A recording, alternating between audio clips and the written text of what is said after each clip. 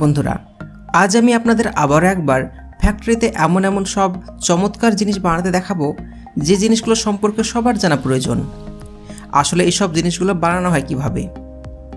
বন্ধুরা, আপনি যদি এই ভিডিওটি সম্পূর্ণ দেখেন তাহলে আমি পুরো গ্যারান্টির সাথে বলতে পারি আপনার নলেজ অনেক গুণ বেড়ে যাবে। আর আমরা এই ভিডিও অনেক মেহনত করে বানিয়েছি, তাই আমাদের মেহনতের ফল একটা লাইক অবশ্যই করবেন। তো চলুন শুরু করা যাক। Bullet making and processing machine. বন্ধুরা, বুলেট সম্পর্কে কে বা জানে না, কেননা বন্দুক বা পিস্তলে ব্যবহার হওয়া গুলিকে বুলেট বলা হয়। কিন্তু আপনারা কি জানেন এই বুলেট অর্থাৎ গুলি আসলে ফ্যাক্টরিতে তৈরি করা হয় কিভাবে?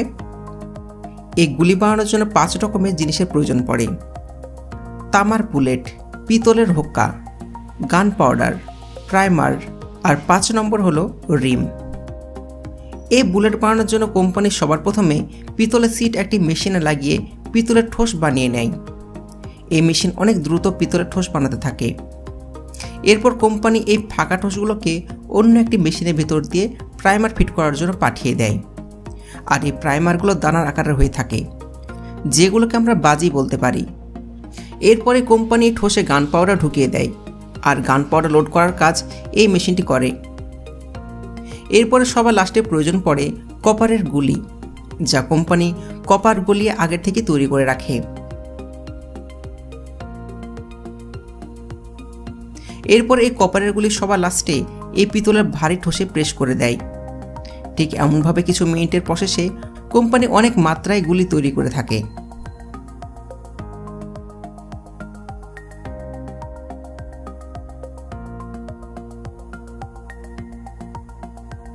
Foam seat making process. Foam seat অর্থাৎ ফোমের গদি ব্যবহার তো আমরা প্রায় সবাই করে থাকি। ঘরের সোফা আর বেড এমন সব জিনিসে ফোমের গদি ব্যবহার করা হয়ে থাকে। কিন্তু আপনারা কি জানেন এই ফোমের গদি বানানো হয় কিভাবে? এই ফোম বানানোর জন্য ফ্যাক্টরিতে সবার প্রথমে একটি কন্টেনারে পলিউল আর আইসোসাইলেন্ট ঢালা হয়। এগুলো মিক্স করার জন্য এই কন্টেনারে কিছু মাত্রায় পানি দেওয়া হয়, আর তার সাথে এই কালার দেওয়া হয়, যে কালারের ফোম কোম্পানি বানাতে যায়। এরপরে মিশ্রণগুলো কন্টেনার ভালোভাবে ঘুরিয়ে মিক্স করে নেওয়া হয়। এবারে মিক্সারগুলো স্প্রে মেশিনের সাহায্যে একটি ট্যাঙ্কারে আস্তে আস্তে ঢালা হয়।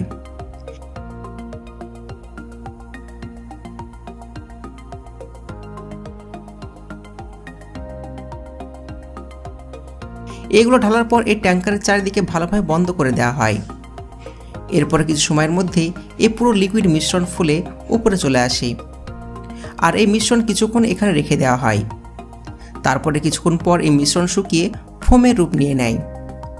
এবারে ফোমগুলো কনভেয়ার বেল্টের সাহায্যে সামনের দিকে নিয়ে যাওয়ার পর এগুলো কাটিং ব্লেডের সাহায্যে নর্মাল গদির শিটের আকারে কেটে নেওয়া হয়।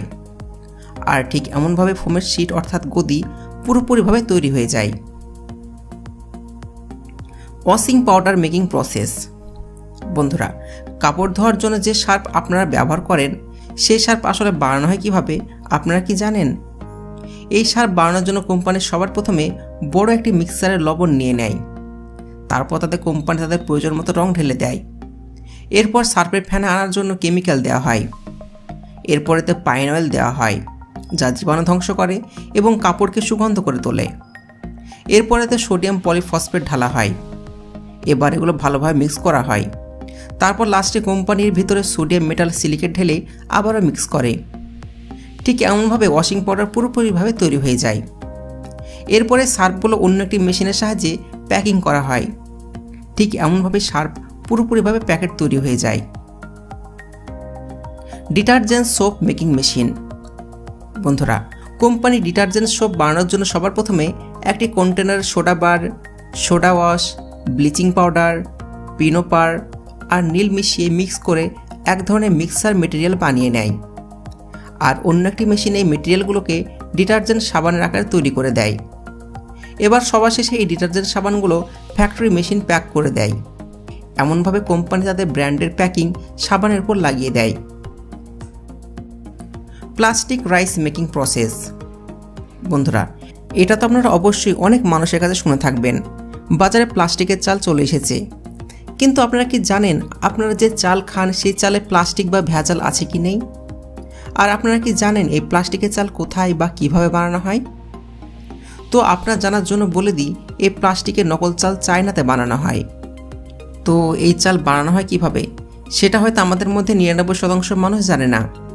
তো এর জন্য আপনাদেরকে বলে দিই, প্লাস্টিকের নকল চাল বানানোর জন্য সবার প্রথমে এই ফ্যাক্টরির পরিষ্কার প্লাস্টিকের পলিথিন বা অন্যান্য সাদা প্লাস্টিক কিনে নিয়ে আসে। তারপরে প্লাস্টিকের পলিথিনগুলোকে একজন ওয়ার্কার একটি মেশিনে দিয়ে দেয়, যেখানে এই মেশিন এগুলো গলিয়ে প্লাস্টিকের সাদা ধাগা বানিয়ে দেয়। তারপরে প্লাস্টিকের ধাগাগুলো পানিতে শুকিয়ে শক্ত করে নেওয়া হয়। এরপরে শুকানো শক্ত ধাগাগুলো এই মেশিন চাউলের আকারে কাটতে থাকে, যার ফলে সাদা প্লাস্টিকের চাল পুরোপুরিভাবে তৈরি হয়ে যায়। তারপর এই চাল অরিজিনাল চালের সাথে মিশিয়ে মার্কেটে সাপ্লাই করে দেওয়া হয় আর মানুষের জীবনের সাথে খেলা করা হয়।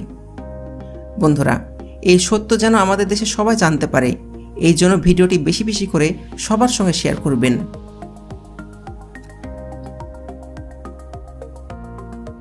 গ্লাস মেকিং বা কাঁচ মেকিং প্রসেস। বন্ধুরা, আপনারা কি জানেন যে গ্লাস আপনাদের ঘরের জানালায় এবং দরজায় ব্যবহার করেন, সেই গ্লাস আসলে বানানো হয় কীভাবে? বর্তমান সময়ে কাঁচ আমাদের অতি প্রয়োজনের একটা জিনিস হয়ে উঠেছে। এগুলো ব্যবহার আমরা অনেক মাত্রায় করে থাকি। তো এই গ্লাস বানানোর জন্য ফ্যাক্টরিতে সবার প্রথমে অনেক বড় একটি গরম আঁচে পুরনো কাঁচ ঢেলে গলিয়ে নেওয়া হয়। তারপরে ভাট্টি থেকে গলে যাওয়া কাঁচ বড় বড় চামচে উঠিয়ে বাইরে বের করা হয়। তারপরে গলে যাওয়া কাঁচগুলোকে একজন ওয়ার্কার চামচের সাহায্যে উঠিয়ে একটি রোলার মেশিনে ঢেলে দেয়, যেখানে গলা কাঁচগুলো পাতলা লেয়ারে পরিণত হয়ে যায়।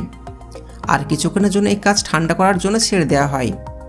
তারপর কিছু সময় ঠান্ডা হওয়ার পর গ্লাস পুরোপুরিভাবে তৈরি হয়ে যায়। ঠিক এমনভাবে ফ্যাক্টরিতে নতুন গ্লাস তৈরি করা হয়। Steel drum making process machine.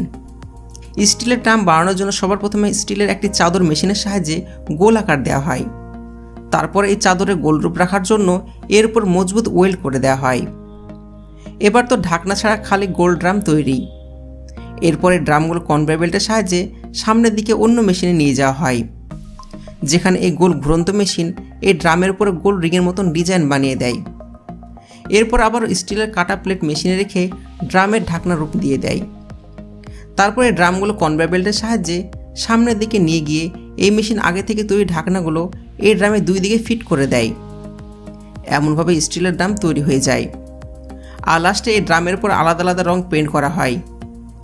এমনভাবে ড্রাম পুরোপুরিভাবে তৈরি হয়ে যায়। Balloons making machine. বন্ধুরা, বেলুন তো আমরা সকলেই পছন্দ করি, আর আমরা সবাই ছোটোবেলায় বেলুন নিয়ে অনেক খেলা করেছি। কিন্তু আপনি কি জানেন আসলে বেলুন বানানো হয় কীভাবে? এই বেলুন বানানোর জন্য সবার প্রথমে কোম্পানি একটি ট্যাঙ্কারে লেটেক্স গরম করে নেয়। তারপর ঠিক সেই রং ঢালা হয় যে রঙের বেলুন বানানোর প্রয়োজন পড়ে। আর এই রং কাপড়ের সাহায্যে চেলে ঢালা হয় যেন এই রং পাতলা হয়ে পড়ে। এরপরে মিশ্রণগুলো 15 থেকে 20 মিনিট পর্যন্ত গরম আঁচে মিক্স করা হয় যেন রং এতে ভালোভাবে লেগে যায়।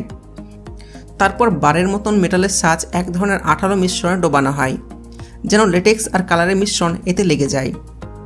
এরপর লেটেক্স আর কালারের মিশ্রণের পাশে নিয়ে গিয়ে এই মিক্সারে ডোবানো হয়, যার ফলে এতে লেটেক্স আর কালারের মিক্সার এই মেটালের উপর ভালোভাবে লেগে যায়।